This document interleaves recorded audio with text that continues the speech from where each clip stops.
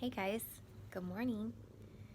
Oh my gosh, I totally forgot to get a video of the smoothie I had this morning. Hold on. Alright, this is the smoothie I had this morning. I drank it so fast because it was so good. I'm going to be posting it this week or next week. Okay, so, gosh, why are you meowing at me so much? Oh my god, she makes me so mad sometimes. Like, right now, I am, at my wit's end with her.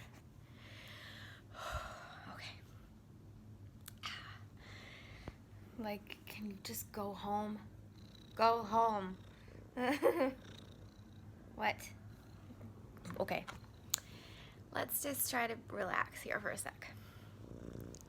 Stop. Go away. Hold on. I need to...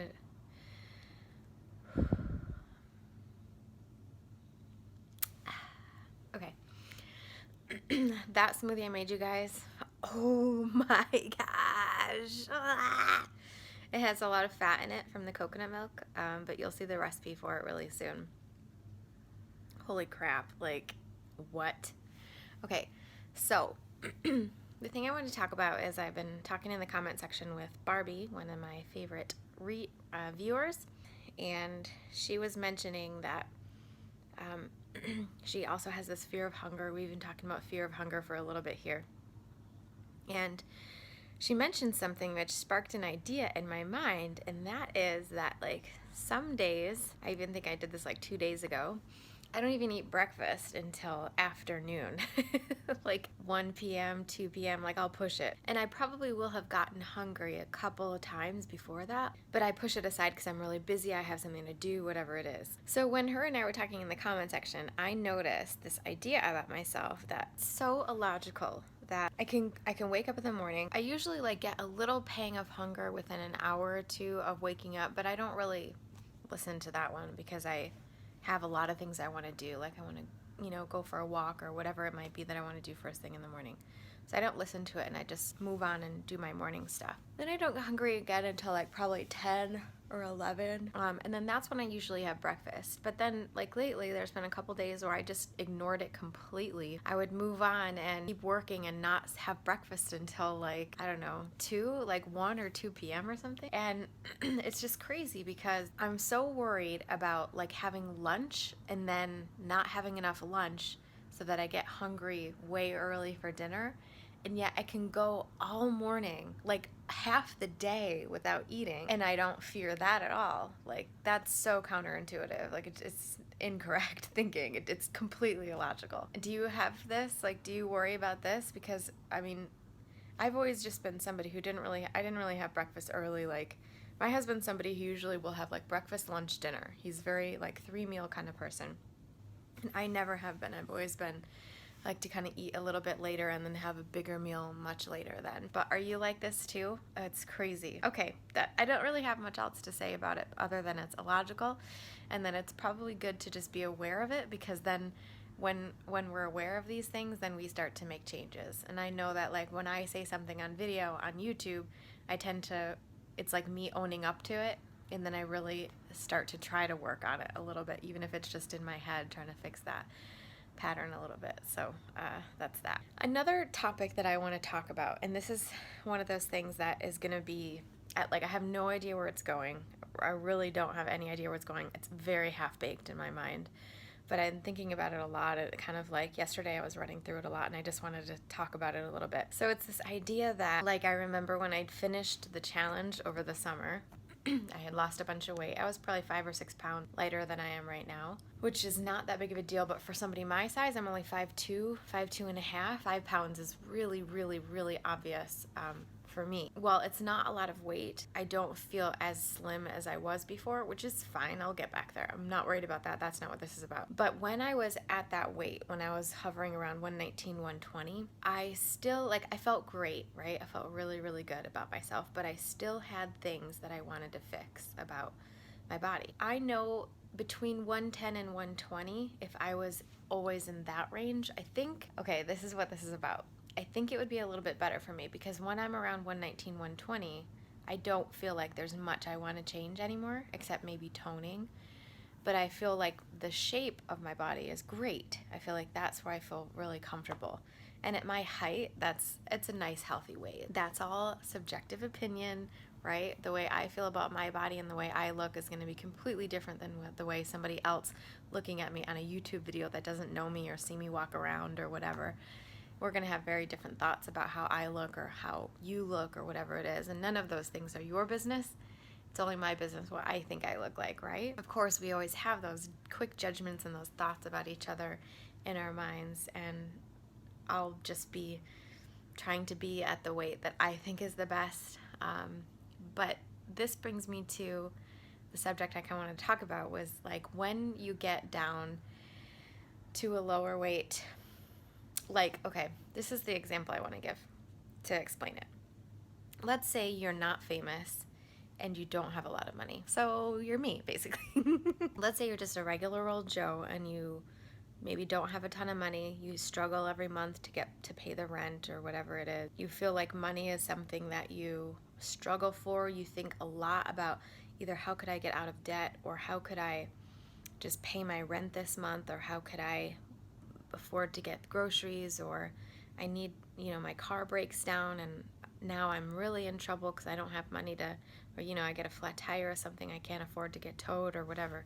And you have these very real issues that are super difficult to overcome. Now, let's say you get, I don't know, let's say you just become famous or whatever, and like you get some money and you're going through life, and suddenly getting a flat tire, not having enough money for groceries, not having enough money for rent, that's not your issue anymore. You don't think about that anymore. That's no longer one of your problems. But now you have different problems, right?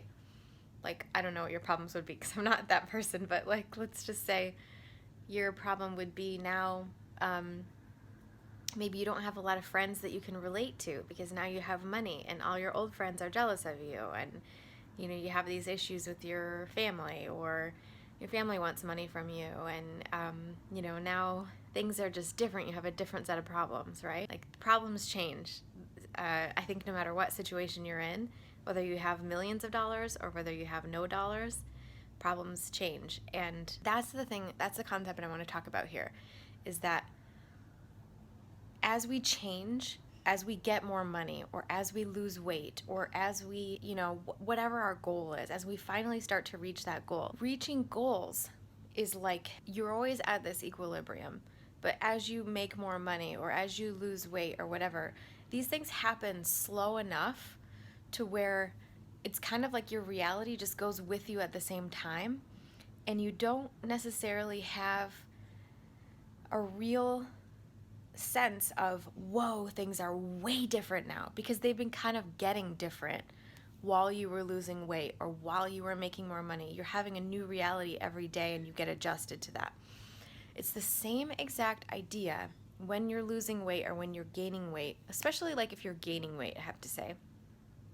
You know how like if you weigh a certain amount and you feel really good about it, and then you start to gain a few pounds and you look in the mirror and you can't really tell? Did you ever get that? Like, you can't really tell when you look in the mirror, did I gain some weight or not? Like, the only way you would know is if you actually got on the scale or something. Like, did I actually gain some weight? I can't tell. Because, like, maybe your jeans aren't that tight or whatever it is. Like, things aren't that tight, and you kind of, every day you're kind of, like, talking yourself into it. Like, no, this is what it was like yesterday. Until you're 5 or 10 pounds heavier, and you're like, oh, wait, I did gain weight. But you kind of couldn't tell as you were going through it, That's the kind of idea I'm talking about, is, like, your reality changes with you slowly as you get more money or lose weight or whatever the change is. It changes with you, and the feeling that you have changes at the same time. So now your reality, so for instance, for me, when I was a lot younger, I'd always been in the 140 range, 140 pounds range, which is about 20 pounds up from where I am right now, which is a lot of weight for my frame, right? But to me, that was my normal. So it was kind of like, oh, I'd love to lose 5 pounds or something, or 10 pounds or whatever. I'd love to be in the 130s. And you get into the 130s, and it had taken some work and taken you some time to get there. So by the time you get to the 130s, it's like, that's your new reality, and you're already kind of used to it by the time you get there. And then there's new things to be like annoyed with, like, oh, now I don't like the way this looks on my body or whatever it is. And then you get down to the 120s and whatever. And so this idea that I don't even know where this is going, but this idea that as you're making a change in your life, your reality and the way you see it changes as you're making that change. So it's not that impressive when you get there, when you get there, once you get used to it, like let's say, you lose the weight and a couple months later, you're kind of still there. And then here's the rub. Here's the thing I'm trying to talk about here after this whole crazy long explanation. Let's say, and I'm saying this from my perspective right now, I weigh around 125, something like that. I love being around 119 or 120. So far, that's what I love the most so far.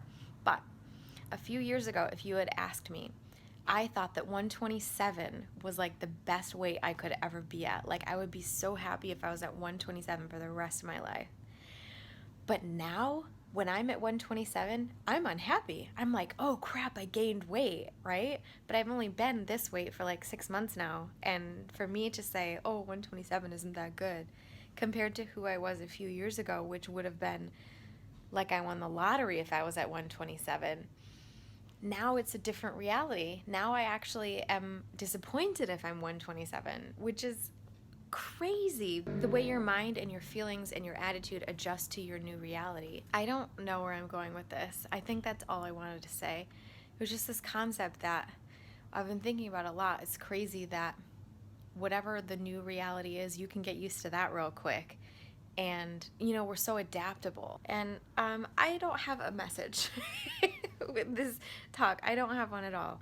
I just wanted to talk about that because it's strange for me. Your reality is so different. Like you become just as disappointed with a pound or two in the 120s. Like I become just as disappointed with a pound or two when I'm in the 120s as I did with a pound or two when I was in the 140s. So I guess I'm just talking in general about this idea that we're so adaptable and we have such different feelings and thoughts about where we're at depending on where we're at. I'm going to leave it there. That was just a half-baked idea. I guess there's not really a specific thing I wanted to say, but just I wanted to get that sort of off my chest. I was just thinking about that a lot, that it's amazing how new problems and new issues and new feelings become the biggest things we have when our situation changes. Let me know down in the comments below what you think of this. Do you find this in your life? Do you experience this? Does this crop up somehow for you? Let me know what you think of it down below, because I just rambled for a long time. But I haven't done this in a while where I had like a thought that was like gnawing at me. So I hope you enjoyed it. Just having I had more than this, but a little handful of almonds before we go out to get falafel.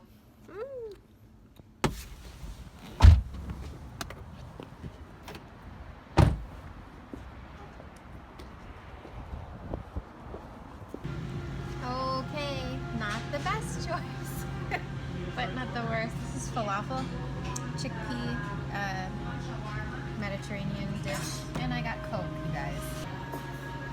I've definitely been a better example of eating in the past.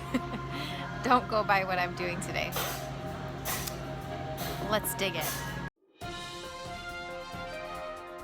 Hey guys, our Nutritarian nugget for today is on headaches. I want to read a little section to you from Eat to Live by Dr. Furman. I'll put a link for this book down below. You'll get more information.